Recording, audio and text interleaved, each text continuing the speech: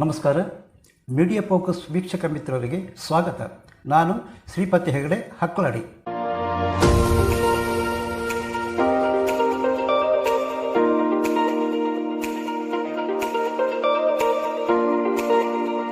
ಸ್ನೇಹಿತರೆ, ಮೊದಲಿಗೆ ನಿಮಗೊಂದು ಸಂಗತಿ ಹೇಳಿಬಿಡ್ತೇನೆ. 2003 ಶಾಸಕ ಭವನಕ್ಕೆ ಬಾಂಬ್. 13 ವರ್ಷದ ನಂತರ ಕೋರ್ಟು ಗಿರೀಶ್ ಮಟ್ಟಣ್ಣನವರ ಹಾಗೂ ಮತ್ತಿಬ್ಬರನ್ನ ಖುಲಾಸ್ ಮಾಡಿದ್ದಾರೆ. ಹಾಗಾದರೆ ಬಾಂಬ್ ಇಟ್ಟೋರು ಯಾರು? ಒಮ್ಮೆ ಸಂದರ್ಶನದಲ್ಲಿ ಸ್ವತಃ ಮಟ್ಟಣ್ಣನವರೇ ಬಾಂಬ್ ಇಟ್ಟಿದ್ದು ನಾನೇ ಅಂದಿದ್ರಲ್ವಾ. ಆದರೆ ನ್ಯಾಯಾಲಯ ಖುಲಾಸ್ ಮಾಡಿದೆ ಅಂದರೆ ಗಿರೀಶ್ ಆರೋಪಿ ಅಲ್ಲ ಅಂತೇನೂ ಅಲ್ಲ, ಸಾಕ್ಷ್ಯಾಧಾರ ಕೊರತೆ ಅಷ್ಟೇ. ಒಬ್ಬ ಕಾನೂನು ಪಾಲಕ SI ಕಾನೂನು ವಿರೋಧಿಗಳ ಮಟ್ಟ ಹಾಕುವ ಎಲ್ಲ ಸಾಧ್ಯತೆ ಇದ್ದರೂ ಕೊಲ್ಲುವುದಕ್ಕೆ ಮುಂದಾಗ್ತಾನೆ ಅಂದರೆ ಈತ ಮಾನವ ಪ್ರೇಮಿ ಆಗೋದಕ್ಕೆ ಹೇಗೆ ಸಾಧ್ಯ ರೀ? ಗೆಳೆಯರೇ, ತೀರ್ಮಾನ ನೀವೇ ಮಾಡಿ. ಇನ್ನು ಧರ್ಮಸ್ಥಳ ಸೌಜನ್ಯ ಪ್ರಕರಣ, ಸಂತೋಷ್ ಕುಮಾರ್ ನಿರಪರಾಧಿ ಅಂತ ಕೋರ್ಟ್ ಹೇಳಿಲ್ಲ, ಅಪರಾಧಿ ಅಂತ ನಿರೂಪಿಸೋದಕ್ಕೆ ಆಗಿಲ್ಲ. ಶಿಕ್ಷೆಯಿಂದ ಸಂತೋಷ್ ಬಚಾವಾದ, ಹಾಗಂತ ಅಪರಾಧ ಮಾಡಿಯೇ ಇಲ್ಲ ಎನ್ನೋದಕ್ಕೆ ಆಗುತ್ತೇನ್ರಿ? ಸೌಜನ್ಯ ರೇಪ್ ಆ್ಯಂಡ್ ಮರ್ಡರ್ ಆಗಿದ್ದು ನಿಜ ಅಂತಾದಮೇಲೆ ಅಕ್ಯೂಸ್ಡ್ ಇರಲೇಬೇಕಲ್ವಾ? ಹಾಗೆ ನ್ಯಾಯಾಲಯದಲ್ಲಿ ಸಂತೋಷ ನಿರಪರಾಧಿ ಅಂತ ಸಾಕ್ಷಿ ಹೇಳಿದ್ದು ಹೋರಾಟದ ಹಿಂದಿರುವ ಶಕ್ತಿ ಅಲ್ವಾ? ಸಂತೋಷ್ ಹಣೆ, ಬೆನ್ನು, ಗುಪ್ತಾಂಗ ಗಾಯದ ಬಗ್ಗೆ ಮೆಡಿಕಲ್ ವರದಿ ಹೇಳುತ್ತೆ. ಅದರ ಅರ್ಥ ಏನ್ರಿ ಗೆಳೆಯರೇ? ಸೌಜನ್ಯ ರೇಪ್ ಆ್ಯಂಡ್ ಮರ್ಡರ್ ಹಿಂದಿನ ಘಟನೆ ಹೇಳಿದರೆ ಅದು ಚರ್ವಿತ ಚರ್ವಣ. ಸೌಜನ್ಯ ಕುಟುಂಬಕ್ಕೆ ನ್ಯಾಯ ಸಿಗಬೇಕು ಎನ್ನುವುದರಲ್ಲಿ ಎರಡು ಮಾತಿಲ್ಲ. ಸೌಜನ್ಯ ಆತ್ಮಕ್ಕೆ ಶಾಂತಿ ಸಿಗಬೇಕು ಎನ್ನುವ ಕಳಕಳಿಯೂ ಇದೆ. ಆದರೆ ನ್ಯಾಯಾಲಯಕ್ಕೆ ಚಾರ್ಜ್ ಶೀಟ್ ಸಲ್ಲಿಸುವಾಗ ತನಿಖಾಧಿಕಾರಿ ಕೊಟ್ಟ ವರದಿ ನಂಬೋದಕ್ಕೆ ಸಾಧ್ಯವಿಲ್ಲ. ಈಗ ಸಾಕ್ಷಿ ನಮ್ಮ ಬಳಿ ಇದೆ ಅಂತಿದಾರಲ್ಲ, ಅವರು ನ್ಯಾಯಾಲಯಕ್ಕೆ ಸಬ್ಮಿಟ್ ಮಾಡಿ ಅಪರಾಧಿ ಇಂಥವರೇ ಎಂದು ಪ್ರೂಫ್ ಮಾಡ್ಬೋದಿತ್ತಲ್ವ? ಸೋಷಿಯಲ್ ಮೀಡಿಯಾ ಹೋರಾಟ ನೋಡಿದರೆ ಮೇಲ್ನೋಟಕ್ಕೆ ಕಂಡುಬರುವ ಸತ್ಯ ವೈಯಕ್ತಿಕ ದ್ವೇಷ, ಹಿಂದೂಗಳ ಶ್ರದ್ಧಾಭಕ್ತಿ ಕೇಂದ್ರದ ಮೇಲಿನ ದಾಳಿ.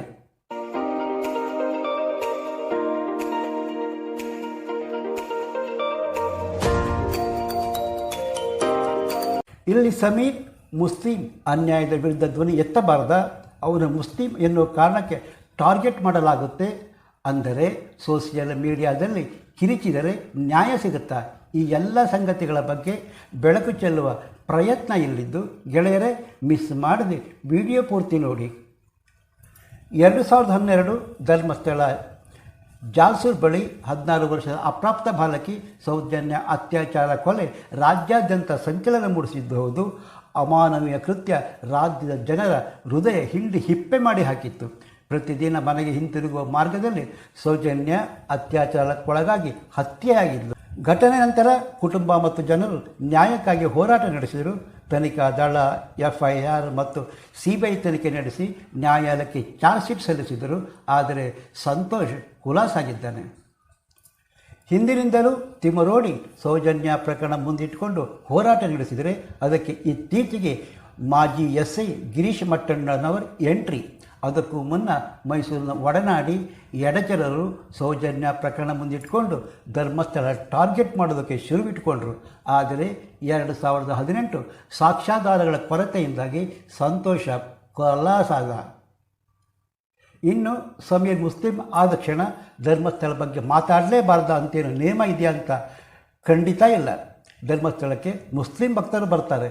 ಯಾವಾಗ ಒಬ್ಬ ವ್ಯಕ್ತಿ ಬದುಕಿನ ರೀತಿಗೂ ಆತನ ನಡೆಗೂ ವ್ಯತ್ಯಾಸ ಕಂಡುಬರುತ್ತೋ ಆಗ ಸಾರ್ವಜನಿಕ ಅನುಮಾನ, ಟೀಕೆ, ಪ್ರಶ್ನೆ ಹುಟ್ಟಿಕೊಂಡೇ ಕೊಳ್ಳುತ್ತೆ. ಸಮೀರ್ನ ವಿಷಯದಲ್ಲೂ ಆಗಿದ್ದು ಅದೇ.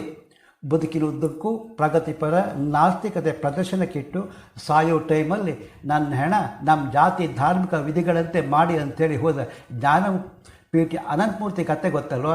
ಹಾಗೆ ನಮ್ಮ ಕಾಲ್ಬುಡದಲ್ಲಿ ಆನೆ ಹೆಣ ಇದ್ದರೂ ಇನ್ನೊಬ್ಬರ ಕಾಲು ಬಳಿ ನೊಣ ತೋರಿಸಿದರೆ ಅನುಮಾನ ಸೃಷ್ಟಿಯಾಗುತ್ತೆ. ಸಮೀರನ ವಿಷಯದಲ್ಲೂ ಆಗಿದ್ದು ಅದೇ.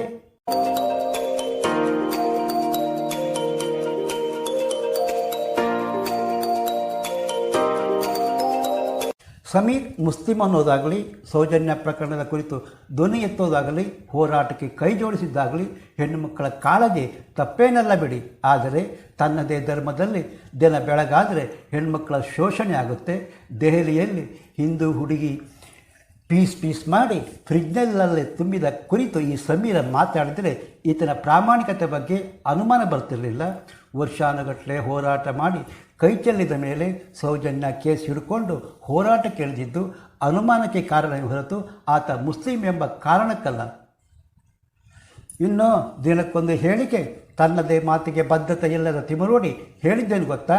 ಸಂತೋಷ್ ರಾವ್ 4 ಜನರ ಜೊತೆ ಸೇರಿ ಇನ್ನೆಲ್ಲೋ ರೇಪ್ ಮಾಡಿ ಇಲ್ಲಿ ತಂದು ಹಾಕಿದ್ವಿ ಅಂದಿದ್ದಾನೆ.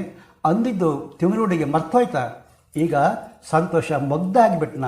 ಇಂಥವರ ಮಾತು ನಂಬಿ ಸಮೀರ ಮಾತಾಡಿದ್ನಲ್ಲ, ಅದು ಅನುಮಾನಕ್ಕೆ ಎಡೆ ಮಾಡಿ ಕೊಡುತ್ತೇನೆ.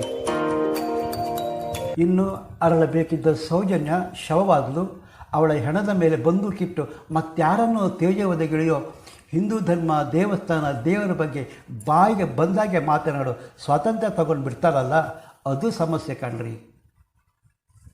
ಇನ್ನು ಕೆಲವರಿದ್ದಾರೆ, ಅವರಿಗೆ ಮಸರಲ್ಲಿ ಕಲ್ಲು ಹುಡುಕೋದು ಬಿಟ್ಟರೆ ಮತ್ತೇನಿಲ್ಲ.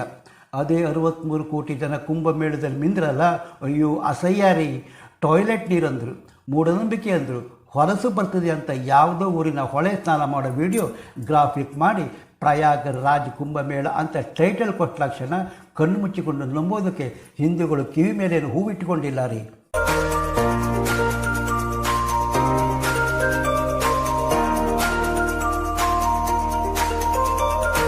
ಸೌಜನ್ಯ ಕೇಸ್ ತಗೊಂಡ್ರೆ ಸಮೀರ್ ವರದಿಗಿಂತ 100 ಪಟ್ಟು ಹೆಚ್ಚಿನ ಮಾಹಿತಿ ಯೂಟ್ಯೂಬ್ಗಳಲ್ಲೇ ಸಿಗುತ್ತೆ. ನ್ಯೂಸ್ ಚಾನಲ್, ಯೂಟ್ಯೂಬ್ ಸಾವಿರಾರು ವಿಡಿಯೋ ಮಾಡಿದೆ. ತಿಮ್ರೋಡಿ, ಗಿರೀಶ್ ಗಂಗ್ ಹೇಳಿದ್ದನ್ನೇ ವರದಿ ಮಾಡೋ ಮೊದಲು ಅಟ್ಲೀಸ್ಟ್ ನ್ಯಾಯಾಲಯ ತೀರ್ಪು, ಕೇಸಿನ ಬಗ್ಗೆ ಹಳೆ ವಿಡಿಯೋಗಳನ್ನು ನೋಡಿದ್ದರೂ ಸಾಕಾಗ್ತಿತ್ತು. 4-5 ಕಿಡಿಗಾಡಿಗಳು ಸಂತೋಷ್ ರಾವ್ ಹಿಡಿದು ಪೊಲೀಸರಿಗೆ ಕೊಟ್ಟರು. ಹೀಗೆ ಮಾಡಿದವರು ಹೆಗ್ಗಡೆ ಸಂಬಂಧಿ, ಕಾಸಾ ಸ್ನೇಹಿತರು. ಸೌಜನ್ಯ ಕಾಣೆಯಾದ ದಿನ ಹೆಗ್ಗಡೆಯವರ ಸಂಬಂಧಿ ನೋಡಿದವರಿದ್ದಾರೆ.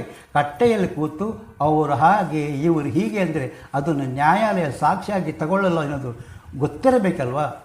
ಸಮೀರ ಹೇಳಿದ 3 ಜನ ಖುದ್ದಾಗಿ ಕೋರ್ಟ್ನಲ್ಲಿ ಮಂಪರು ಪರೀಕ್ಷೆಗೆ ಒಳಪಡಿಸಿ ಅದೇ ರೀತಿಯೋ ಚೆಕ್ ಮಾಡಿರಿ ಅಂತ ಅರ್ಜಿ ಸಲ್ಲಿಸಿ ಮಂಪರು ಪರೀಕ್ಷೆ ನಂತರ ಪರಿಶುದ್ಧರಾಗಿ ಹೊರಬಂದಿರೋದು ಸುಳ್ಳ? ತಪ್ಪು ಮಾಡಿದ ಯಾರಾದರೂ ಮಂಪರ್ ಪರೀಕ್ಷೆ ಮಾಡಿ ಲೈ ಡಿಟೆಕ್ಟರ್ ಟೆಸ್ಟ್ ಮಾಡಿ ಅಂತಾರೇನ್ರಿ? ಆದರೆ ಸಂತೋಷ್ ರಾವ್ ಯಾವುದೇ ರೀತಿಯ ಪರೀಕ್ಷೆಗೆ ಒಪ್ಪಿಗೆ ಕೊಡಲ್ಲ, ಮಂಪರು ಪರೀಕ್ಷೆ ಮಾಡಿಸ್ಕೊಳ್ಳಲ್ಲ. ಅದೇ ಸಮೀರ, ಸಂತೋಷ ಯಾಕೋ ಪರೀಕ್ಷೆ ಮಾಡಿಸ್ಕೊಳ್ಳಲ್ಲ ಅಂತ ಕೇಳಿದರೆ, ಇನ್ನು ಸಂತೋಷ ಮಾನಸಿಕ ಅಸ್ವಸ್ಥನಲ್ಲ, ನಾರ್ಮಲ್ ಮನುಷ್ಯ ಅಂತ ವೈದ್ಯ ವರದಿ ಇದೆ. ವೀರೇಂದ್ರ ಹೆಗ್ಗಡೆ ಸಂಬಂಧಿ ಜಾಗದಲ್ಲಿದ್ದ, ಅವನು ದೇಶದಲ್ಲೇ ಇರಲಿಲ್ಲ, ಇನ್ನು ಸುಳ್ಳು ದಾಖಲೆ ನೀಡಲಾಗಿದೆ ಅಂತೆ. ಅವರೇನು ಬಸ್ ಟಿಕೆಟ್ ತೋರಿಸಿದ್ದ, ಆತ ವಿದೇಶದಲ್ಲಿದ್ದ ಎನ್ನುವುದಕ್ಕೆ ವೀಸಾ, ಫ್ಲೈಟ್ ಟಿಕೆಟ್ಗಳನ್ನಷ್ಟೇ ಅಲ್ಲ, ಪಾಸ್ಪೋರ್ಟಿನಲ್ಲಿ ಎಮಿಗ್ರೇಷನ್ ಸೀಲ್ ದಾಖಲೆ ಸಲ್ಲಿಸಲಾಗಿತ್ತು. ಇನ್ನು ವೀರೇಂದ್ರ ಹೆಗ್ಗಡೆ ಅಮೇರಿಕಕ್ಕೆ ಇನ್ಫ್ಲೂಯೆನ್ಸ್ ಮಾಡುವಷ್ಟು ದಾಖಲೆ ಸೃಷ್ಟಿಸಿ ಅಂತಾರಾಷ್ಟ್ರೀಯ ಏರ್ಪೋರ್ಟ್ಗಳ ಸಾಕ್ಷಿ ನಾಶ ಮಾಡಾಕಿದ್ದಾರೆ. ಅವರೇನು ಹನಿ ಹೆಸ್ಟ್ ವೆಬ್ ಸೀರಿಯಲ್ ಬರೋ ಪ್ರೊಫೆಸರ್ ಏನ್ರಿ? ಇವರು ಯಾರಿಗೂ ಸೌಜನ್ಯಗೆ ನ್ಯಾಯ ಸಿಗಬೇಕಾಗಿಲ್ಲ. ಯಾಕೆಂದರೆ ಕರ್ನಾಟಕದಲ್ಲಿ ಹಿಂದುತ್ವ ಹಾಗೂ ಆಸ್ತಿಕತೆ ಅತಿ ದೊಡ್ಡ ಶಕ್ತಿ ಕೇಂದ್ರ. ಹಿಂದೂಗಳ ಏಕತೆ ಕೇಂದ್ರ ಸ್ಥಾನ, ಧರ್ಮಸ್ಥಳ ಒಡೆಯೋಕ್ಕೊಂದು ಅಸ್ತ್ರ ಬೇಕು ಅಷ್ಟೇ. ಇದು ಸೌಜನ್ಯ ರೂಪದಲ್ಲಿ ಸಿಕ್ಕಿದೆ ಅಷ್ಟೇ. ಇನ್ನು ಹೋರಾಟಗಾರರಿಗೆ ಸೌಜನ್ಯಗಳಿಗಿಂತ ಶಕ್ತಿಶಾಲಿ ಹತ್ತಿರ ಮತ್ತೊಂದು ಯಾವುದಿದೆ ಹೇಳಿ? ಹಾಗಾಗಿ ನಿರಂತರ ಹೊಸ ಮಿಕ ಹುಡುಕ್ತಾ, ಹಾಡಿದ್ದೇ ಹಾಡುತ್ತಾ ಶಾಂತಿ ಕೆಡಿಸುವುದಷ್ಟೇ ಇವರಿಗೆಲ್ಲ ಬೇಕಾಗಿರೋದೇ ಹೊರತು ಸೌಜನ್ಯಗಳ ಸಾವಿಗೆ ನ್ಯಾಯವಲ್ಲ. ಅದೇ ಸೌಜನ್ಯ ಘಟನೆಯಂಥ ಘಟನೆಗಳು ಮತ್ತೆ ಆಗಬಾರದು ಎನ್ನುವ ಹೋರಾಟ ಮಾಡಿದರೆ, ಸೌಜನ್ಯ ಭಟ್ ಅತ್ಯಾಚಾರ ಸಾವಿನ ಕುರಿತು ಒಂದು ಸಿಂಪತಿ ತೋರಿಸಿದರೆ ಹೋರಾಟ ಒಪ್ಪಬಹುದಿತ್ತೋ ಏನೋ. ಅರಳಿ ಕಟ್ಟೆ, ಗೂಡಂಗಡಿ, ಹೋಟೆಲೆಲ್ಲ ಕೂತು ಊರಿನ ಪ್ರಭಾವಶಾಲಿ ಹಣವಂತರ ಕುರಿತಾಗಿ ಒಂದಿಷ್ಟು ಗಾಸಿಪ್ಪು, ಹಸಿ ಬಿಸಿ ಚರ್ಚೆ ಪ್ರತಿದಿನ ನಡೀತಿರುತ್ತೆ. ಹಾಗೆ ಏನೋ ಘಟನೆ ನಡೆದರೂ ತಳುಕು ಹಾಕಿ ಟೈಮ್ ಪಾಸ್ ಮಾಡ್ತಾರೆ. ಅದೆಲ್ಲ ಸಾಕ್ಷಿ ಆಗೋಲ್ಲ ರೀ, ಸಮಯ ಕಳೆಯೋಕಷ್ಟೇ ಚೆಂದ.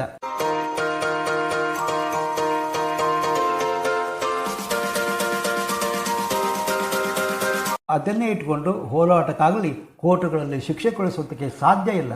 ವೀರೇಂದ್ರ ಹೆಗ್ಗಡೆ ಫ್ಯಾಮಿಲಿ ಸೌಜನ್ಯ ಕೇಸ್ನಲ್ಲಿ ಸಂಬಂಧಪಟ್ಟಿದ್ದರೆ ದಾಖಲೆ ನ್ಯಾಯಾಲಯಕ್ಕೆ ಸಲ್ಲಿಸಿ ಕಾನೂನು ಹೋರಾಟ ನಡೆಸಿ ಶಿಕ್ಷೆಗೆ ಕೊಡಿಸಬೇಕೇ ಹೊರತು ಪುಂಗಿ ಓದುವುದರಿಂದಲ್ಲ. ಸೌಜನ್ಯಳ ಹತ್ಯೆಗಿಂತಲೂ ಧರ್ಮಸ್ಥಳ ಹಾಗೂ ಹೆಗ್ಗಡೆ ಮೇಲಿನ ವೈಯಕ್ತಿಕ ದ್ವೇಷ, ಹಠ ಸಾಧನೆ ಬಿಟ್ಟು ಮತ್ತೇನೂ ಕಾಣಲ್ಲಾರೆ. ಒಂದೊಮ್ಮೆ ಮಂಜುನಾಥ ಕ್ಷಮಿಸಿದರೂ ಯಾವುದೇ ಕಾರಣಕ್ಕೂ ಕ್ಷೇತ್ರಪಾಲ ಅಣ್ಣಪ್ಪ ಮಾತ್ರ ಬಿಡೋದಿಲ್ಲ ಕಾಣ್ರಿ. ಸೌಜನ್ಯಳಿಗೆ ನ್ಯಾಯ ಸಿಗಬೇಕಾದರೆ ಕೋರ್ಟಿನಲ್ಲಿ ತಕ್ಕ ಸಾಕ್ಷ್ಯಾಧಾರಿತ ಅಕ್ಷಾಧಾರ ನೀಡಬೇಕು. ಸಾಮಾಜಿಕ ಮಾಧ್ಯಮಗಳಲ್ಲಿ ಹತಾಶೆ ಮಾತು ಹರಡುವುದರಿಂದ ನ್ಯಾಯ ಸಿಗಲ್ಲ ರೀ.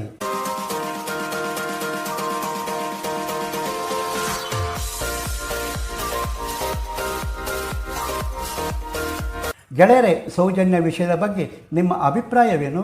ದಯವಿಟ್ಟು ಕಾಮೆಂಟ್ ಬಾಕ್ಸಲ್ಲಿ ತಿಳಿಸಿ, ಶೇರ್ ಮಾಡಿ, ಲೈಕ್ ಮಾಡಿ. ಇನ್ನಷ್ಟು ಕುತೂಹಲಕಾರಿ ವಿಷಯಗಳಿಗಾಗಿ media focus YouTube channel subscribe ಮಾಡಿ. ಮತ್ತೊಂದು ಹೊಸ ವಿಷಯದೊಂದಿಗೆ ನಿಮ್ಮ ಭೇಟಿ. ಅಲ್ಲಿಯ ತನಕ ನಮಸ್ಕಾರ. ಜೈ ಕರ್ನಾಟಕ, ಜೈ ಹಿಂದ್.